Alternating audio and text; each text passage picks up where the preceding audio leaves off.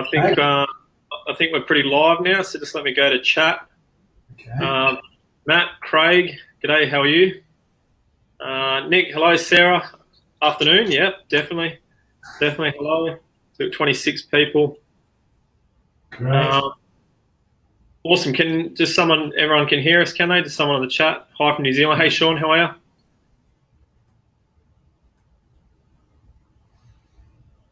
Up to 27. I can't see from my side who's on, so can everybody hear? Yep. Your wife's on. Yeah.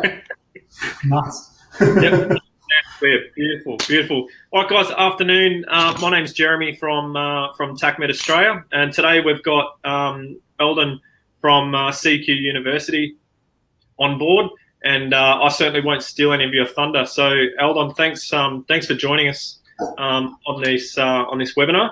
Do you want to just give a brief introduction on yourself, your background, and what your role is? Yeah, sure. Thanks for having me. I really appreciate the opportunity to chat about this course. Really excited about it and really excited about getting it going. So a little bit about my background.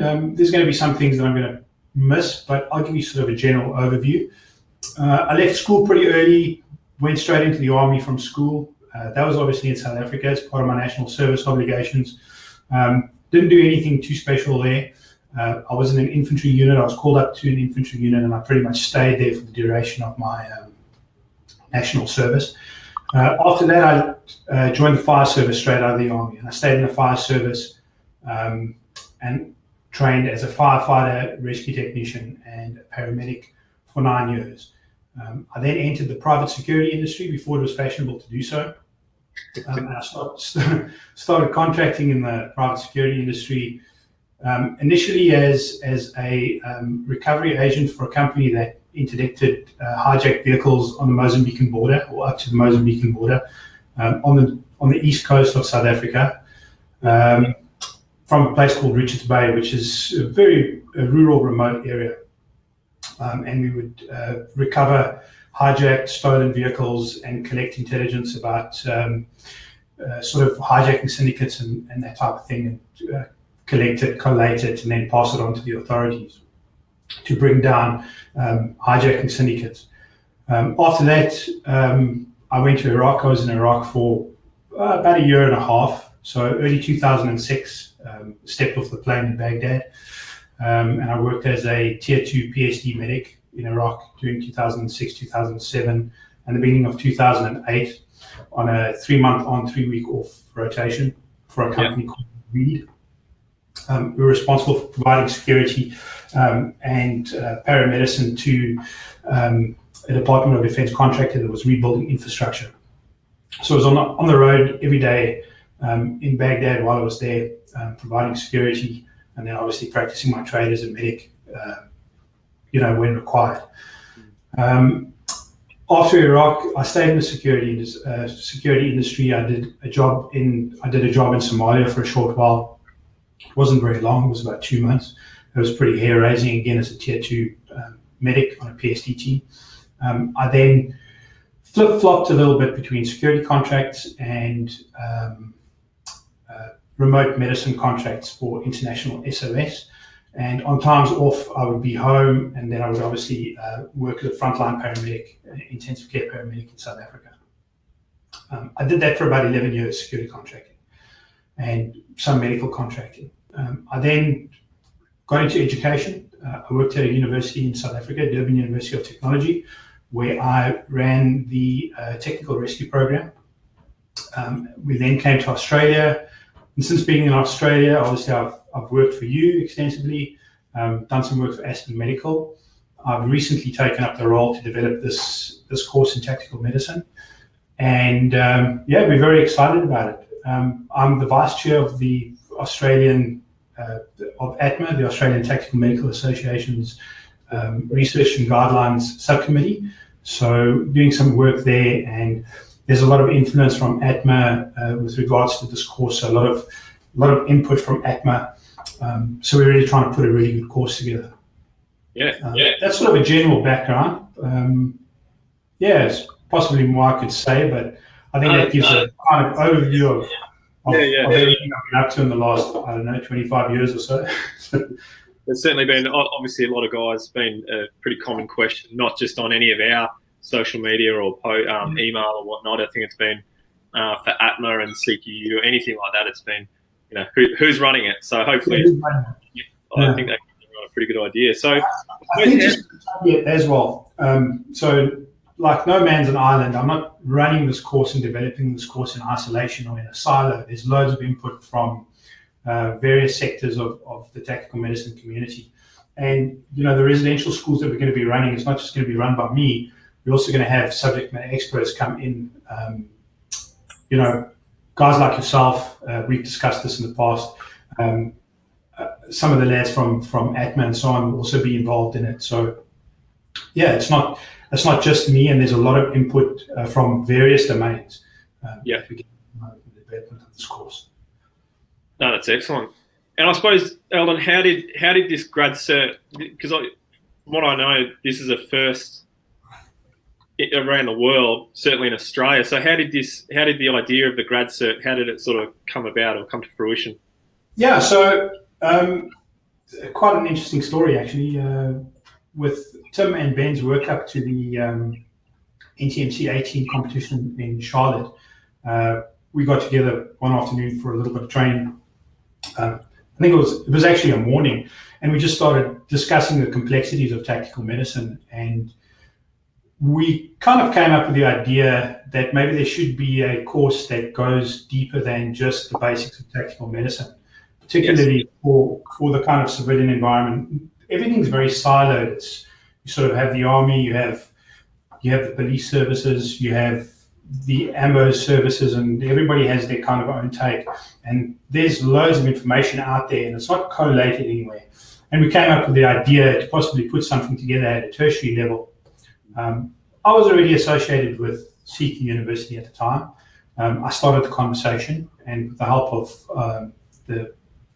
of people from CQU in the postgrad and undergrad side of things, we were able to put this course together and pitch it. The university was happy to go for it. They thought it was innovative, and we managed to get it off the ground in a pretty short amount of time. So we're really proud of the work we've done, and we're really looking forward to running a good course here. And so enrollments are now open?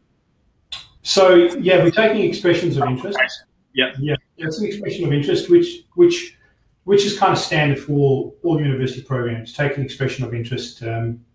Somebody contacts you, you send in your documentation. They assess whether you're the right type of candidate for the course, and then they go ahead and offer you a space in the course. So it's not like you just enroll. There's a process that we need to follow. But it is open at the moment. Expressions of interest. The expression of interest is open. So if guys are taking this course, they need to get on it.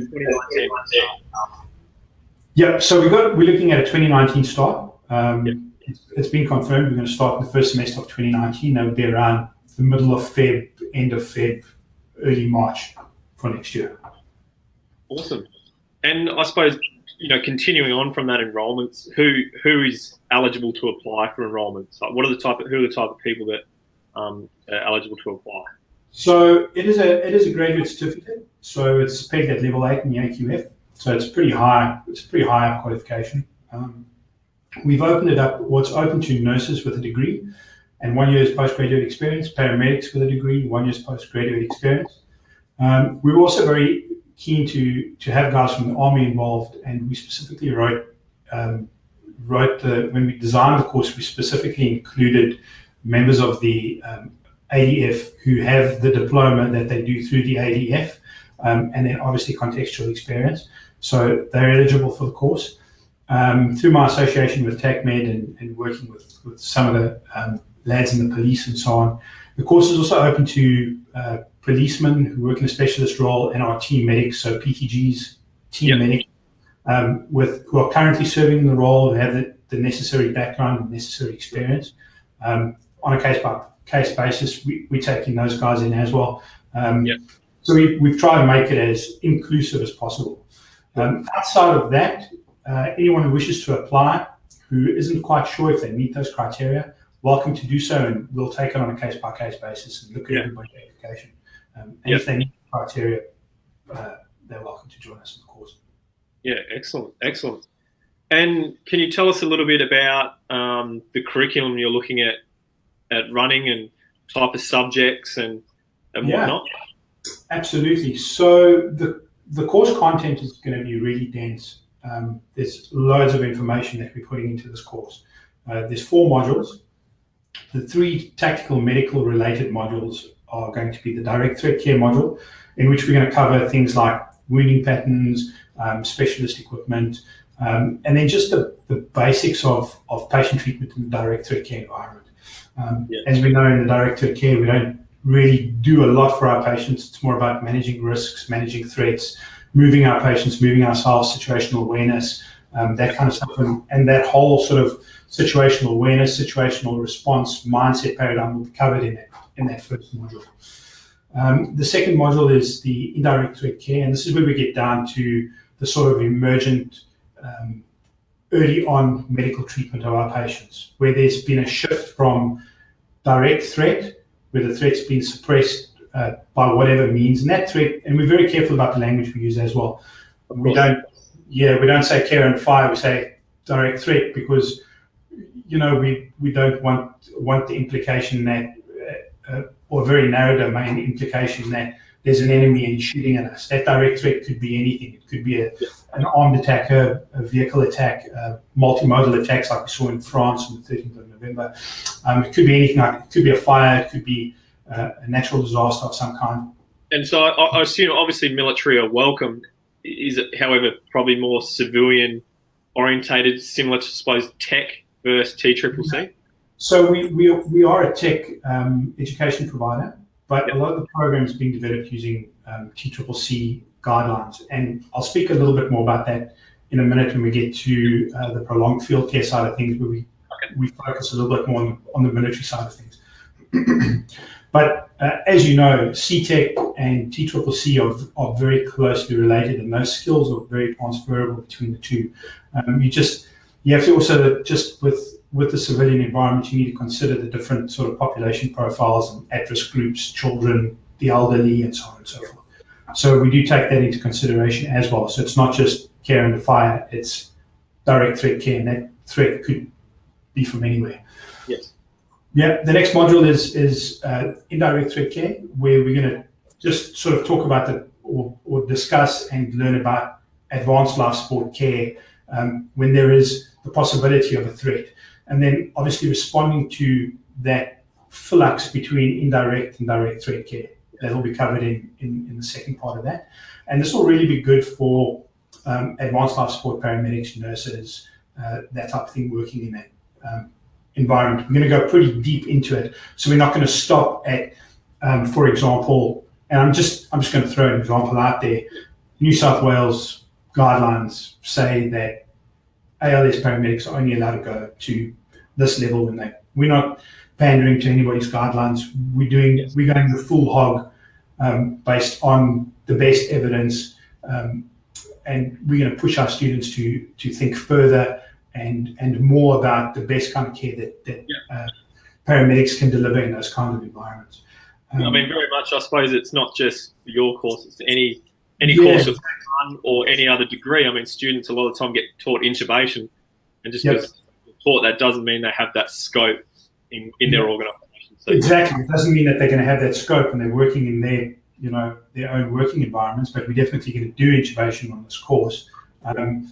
We're going to go as far as rapid sequence intubation, and we're also going to do advanced ventilator management. So we're going to do a pretty deep dive there as far as critical care medicine is concerned. Okay. The third module that we've got is the prolonged field care module, and this basically this is the module where we've been signaled that we're now going to evacuate our patients, and evacuation has been deferred for an X amount of time, or unknown amount of time. And then we're going to go into how we treat patients with the resources that we have based on the JTS CPG guidelines. So that's where the TCCC side of things come in. JTS administer the TCCC guidelines. We're going to be using the JTS prolonged field care guidelines from the prolonged field care working group to build a curriculum that hasn't been done before for students to learn to deliver high-end critical care medicine in the prolonged setting with limited resources. And I think that's really exciting, and that's really where a lot of the meat of the sort of clinical stuff lies in this course. The fourth module is the one that everybody's probably going to be pretty upset about, and that's the research module. So because it's AQF, because it's pegged at AQF 8, we have to have a research module. And also, as we've spoken about before, just within our circle, there's not a hell of a lot of research happening in tactical medicine in Australia. And we really want to build that research capacity, not only for just the pre-hospital environment, but for the military, for the police, for everybody who requires this research. We really need to build a research capacity, which is something we don't have. So there is a research module. Students will be required to deliver a research project, and we've also entered into an arrangement with ATMA that the students that perform the best in that research module will get a certain amount of support as far as pushing those research projects to publication. So we're going to try and build research in Australia, tactical medicine research in Australia through the research module on the Grad Cert. So I'm super excited about that. I have a vested interest there. So. Nice. So Tim, that's pretty much the curriculum. So. Yeah, great. Tim's asked, a bit of feedback there, isn't it? So Tim's asked, will you be utilising traditional monitoring systems for extended care? So are you sort of delving into further than just your traditional vital signs? You're going to go into sort of blood gases and we will be doing point of care blood gases in prolonged field care. We initially wanted to put in point of care ultrasound, but the curriculum it's too dense. So we're looking at moving that into the future, possibly if we have good buy-in on this course. We're looking at developing this course further into possibly a grad dip and then later on in a master's. And we're looking at inserting point of care ultrasound into the later modules. For this particular module, point of care blood gases will be done. The monitoring systems that will be used will be fluid output through catheterization, end-tidal CO2, and SpO2. So those are the main ones. Those are the things that we can fit into an aid bag and we can carry around with us pretty easily. Limited resources, austere environment. We can't really carry a ZOL monitor on our backs. Definitely. So, definitely. All right. And someone asked, Craig asked about costings. Craig, if you can see Kirsty's reply there, it's standard university graduate certificate fees. That needs to be locked in for 2019, she's saying, but it's going to be around about $11,250 approximately. I assume that'll be later on in the year. Yep.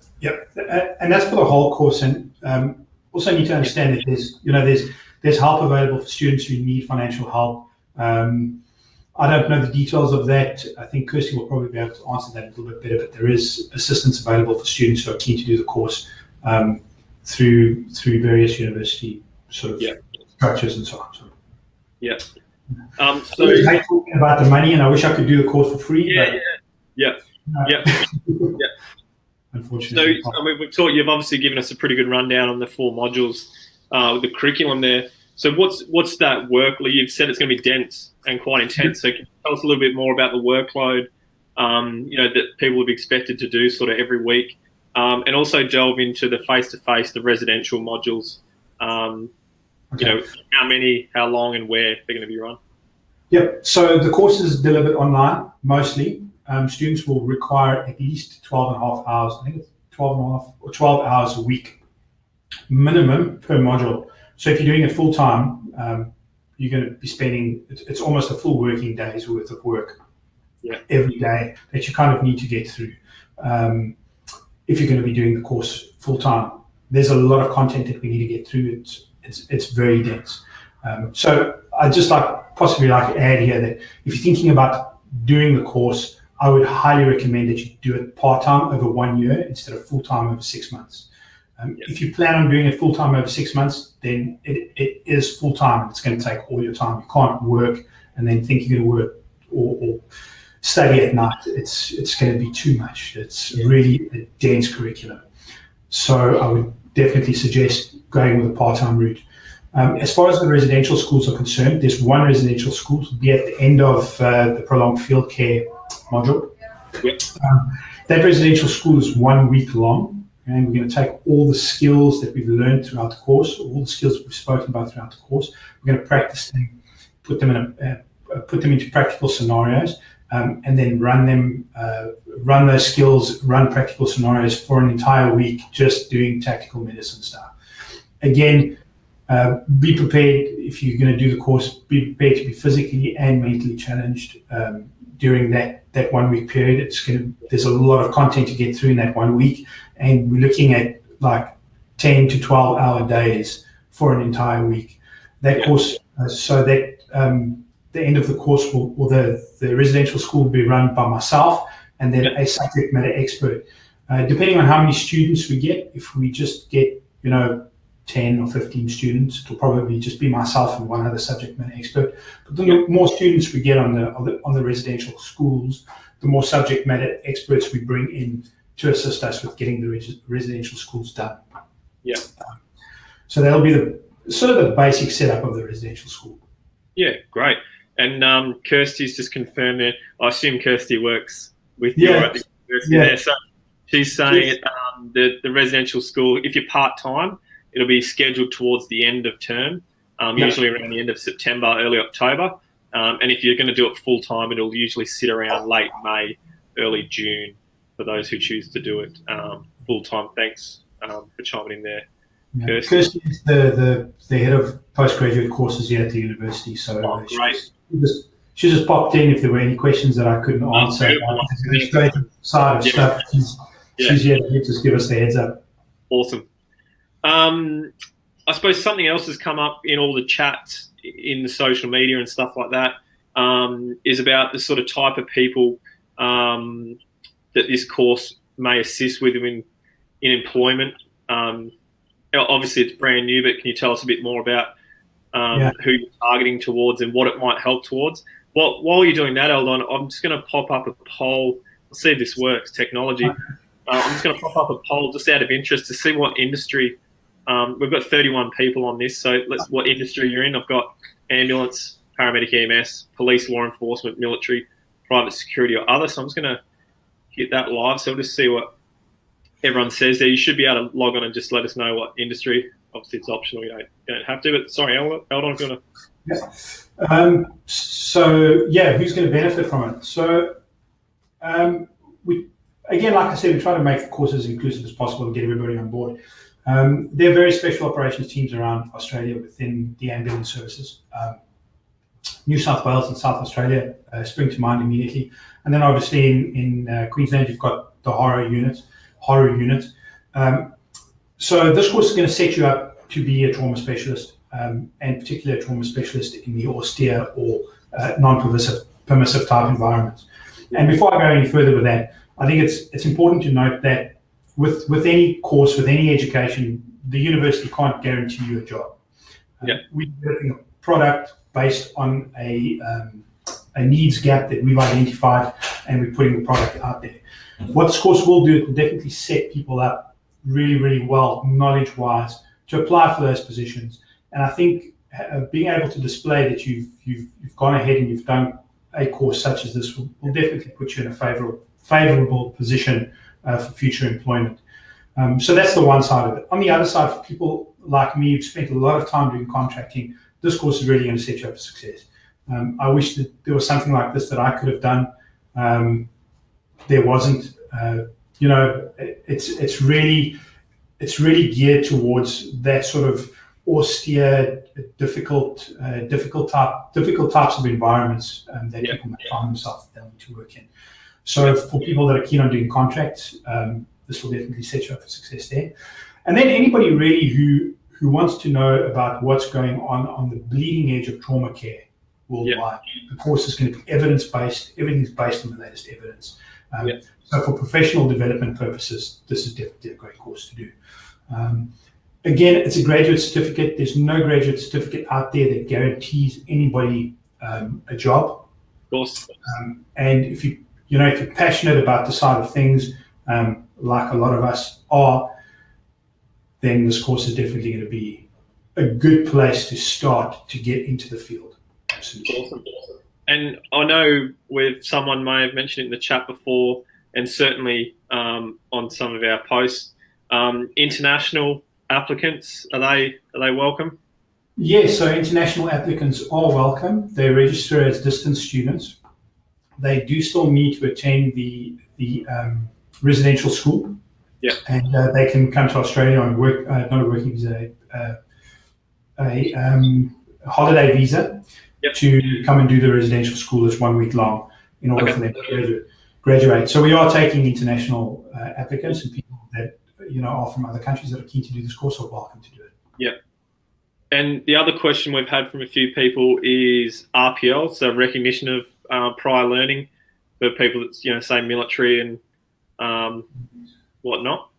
So, like I mentioned earlier on, we wanted to be inclusive of the Army and guys from the military who are keen to do this course. So what we did is we made the barrier for entry for them pretty low. It's a lot like, to give you an analogy, it's a lot like driving a car. We can't really get any information from the Army about what they're teaching combat medics, what they're teaching medics, and so on. I assume it's because that information is classified, but we've got nothing to map RPL against. So we can't, like driving a car. You can't say, yeah, I can drive a car, but you don't have a license to drive a car. So really, no matter how good you say you are, we can't just have to word for it. So we don't have any framework to map it against. Okay. So unfortunately, straight off the bat, maybe in the future, if we do manage to get a framework that we can map it against, we may be able to give guys from the Army or Army medics RPL for this course. And I do know that TacMed recently started a working group, and they're working on this exact kind of stuff, advocating for dudes that are in the Army, guys and girls that want to do this kind of training. They're advocating for that, and maybe that's something in the future that they could talk to us about. We can start mapping that, and we can see where we can go with RPL for the Army. But as things stand right now, we unfortunately can't offer any RPL to the Army, but we have made it inclusive so that they can hop onto the course even with a diploma. Yeah. Bearing in mind that it is an AQF level 8 qualification. Okay. Awesome. So I suppose that's all the questions I have for you, Eldon. Is there anything else that you'd like to add to? No, not really. Just if there's any questions, I'm really happy to answer any questions that anybody may have. So for however long, let's open it up to everyone with any more questions there on the chat. Phil's the last question is just wondering about the similarities, or maybe not, with PHTLS. So we don't use the PHTLS guidelines. We haven't used the PHTLS guidelines at all in development of this course. The guidelines we've used are the CTEC guidelines, TCCC guidelines, and the JTS guidelines. There's been a little bit of input as well from the HP Paramedic Handbook from JSON, from the Journal of Special Operations Medicine. They recently published a handbook or a guidelines for tactical paramedics. We've used some of that as input for the development of this course. But PHTLS, no, we're not using any of the PHTLS guidelines. I suppose it's being trauma medicine. There'll be some similarities. I mean, evidence is evidence, and we'll definitely see some of the stuff that we're teaching lining up with what's in PHTLS. But specifically PHTLS, no. Yeah, sure. I suppose PHTLS is, you're going to go a lot more further, in a lot more depth than PHTLS, which I think is around about a 2 day. Exactly. And with this course, we're trying to, with the research side of things, and then how deep we're going to go into the sort of theory of the clinical side of things. We're really trying to create tactical medicine practitioners. We're not trying to create medics or combat lifesavers. We're trying to like create a tactical medical practitioner who can look at evidence and then take their research knowledge that they gain on the course and go like, this is good evidence. This is something that we need to be implementing in our CPGs. This is how we go ahead and we develop a CPG and so on. So guidelines, not really going to be a big thing. It's going to be more about the evidence and the current evidence. Sure. Yeah. So Paul's asking, how many students are you looking at taking as the first cohort? So we've set a minimum for 15 students. We're looking at a goal for 15 students. But, there isn't a cap. We don't have a cap. We'll be in a little bit of trouble if we get like 300 students, but we'll have to start a big employment drive. But we don't have a number where we're going to cap things. Okay. Excellent. Sam's asking, will residential schools have any outside assistance for scenarios, i.e., force protection elements? I suppose military or police to add in that tactical component. Yeah. So from a tactical perspective, it's really difficult for us to cover all the tactics that may be used in the various domains. So if you're looking at tactics, what kind of tactics are you really looking at? Is it military? Is it police? Is it is it executive protection? Is it high risk protection? There's so many paradigms and so many domains of tactics out there. But what we will be doing is we will be putting our students through a system of graded sort of stress, where we start very lightly and then we increase stress and we build stress through adding complexity, adding distraction, and so on. The scenarios will be very tactically oriented. So you're not going to be treating anybody with MIs or anything. It's all going to be bleeding. It's all going to be people who've been shot, stabbed, run over by vehicles. The course content is designed to cover all the sort of treatment modalities that you might find out there. Not the treatment modalities, more the response modalities. So the rescue task force model will be covered in depth in the first module. The sort of TEMS model will be discussed in depth. The TCCC model will be discussed in depth. But we can't do all the tactics for those various domains in a 5-day course. The actual tactics that we're going to be looking at is identifying threat, being able to respond to that threat, having a good level of situational awareness, and using that good level of situational awareness to manage the threat and risk within a tactical environment. This is not going to be a course about tactics. It's going to be a course about providing medical care in a tactical environment. And I think that's an important distinction to make straight off the bat. Yes.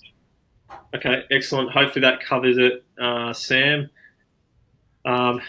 Kirsty's already answered Brandon's question about the when they're going to start. Darcy's asking, there, working the private security, do they look more at taking someone with a medical grade? Yeah, I suppose it's quite an easy one to answer there, Darcy. You have to, you certainly have to have a medical background to get on the course that we covered earlier on. Is that correct, Eldon? Yeah, that's right. It's a graduate certificate. Yeah, so you have to have medical. You need the basics. You need an intrinsic knowledge about medicine, basically, before the stuff that we're going to be teaching on this course is going to make any sense.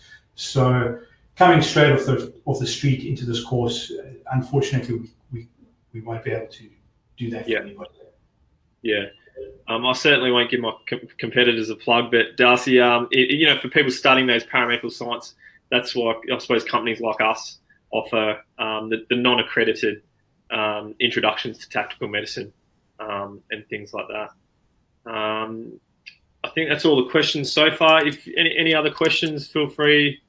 One more just come in. Qualified PHTLS but non-medical. I think again, Phil, maybe might be a question for the enrolment team if you log on to their site. I might just copy and paste the link to the course for everyone in the. That would be great. Just going to paste. I've just put the link there to the CQ University's page for the grad cert. It'll answer a lot of the other questions. Eldon, what's the best thing to do if people want to have some official correspondence with you or the uni? How do they approach that?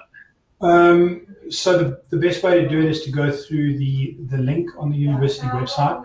There's a expression of interest link on the website, and they can log on there. Alternatively, after the webinar, I can give you my direct email address. Yes. You can post that, and serious questions. If people have serious questions, they're welcome to shoot me a mail, and I'll do my best to answer all of them. Yeah.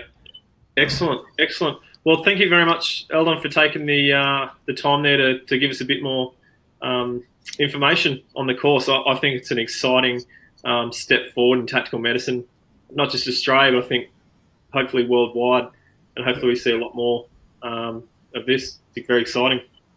We are really excited about it, and at the uni, and also from an ATMA perspective, ATMA is excited about it. I know that you guys are excited about it. This is something that we've worked towards, as a peer group. So, I'm excited to get it going, and I think it's going to be really good. It's a world first. It's definitely an Australian first, and it's a world first as far as bringing civilians on board.